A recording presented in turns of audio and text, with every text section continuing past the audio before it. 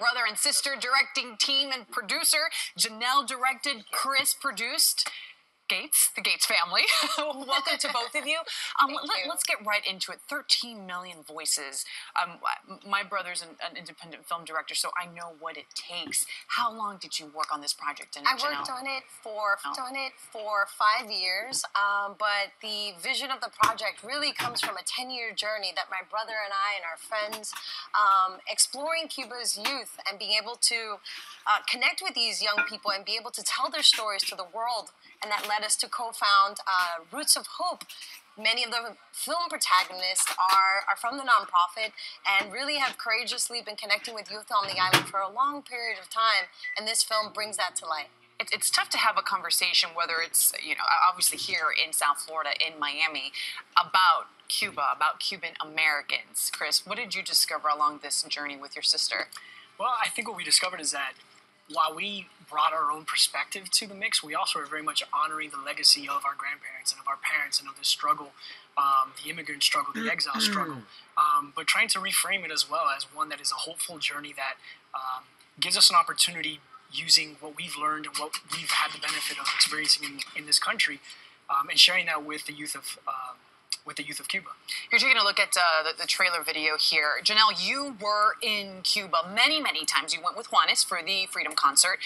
What was that like to not only go with Juanes, but to continue going back to the communist island?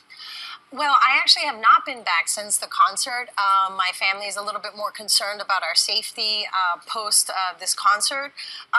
It's really a great honor anytime that we can connect with young people on the island. There's nothing more powerful than connecting with a person face to face.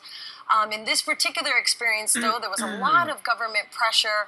There was a lot of surveillance, intimidation, threats.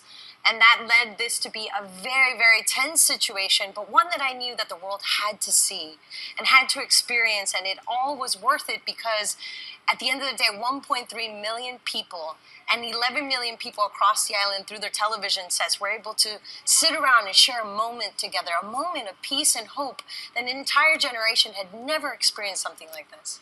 One thing that was very important to you was to show everything. Yes. That happened. Yes. And sometimes that was definitely discouraged. What was that like?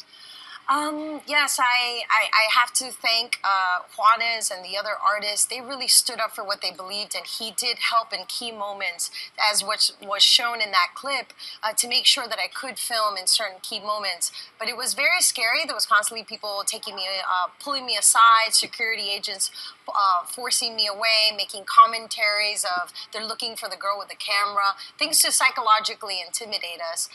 But we were prepared knowing that this was going to happen. This is the reality of Cuba. Paris Hilton may go to Cuba and snap a picture, but if you go scratch below the surface of what the average celebrity experiences and really try to do something important, you experience a world that is much more complicated, repressive, and very unjust to its citizens. Thank you so much for being here, guys. A lot of people are looking forward to it. A lot of the screenings already sold out. Thank you, and congratulations. Congratulations. 13 Million Voices makes its world premiere March 11th at the Miami International Film Festival. You can catch the matinee screening Saturday, March 14th at the Tower Theater in Little Havana. For more information and tickets, you can check out Miami Film Festival.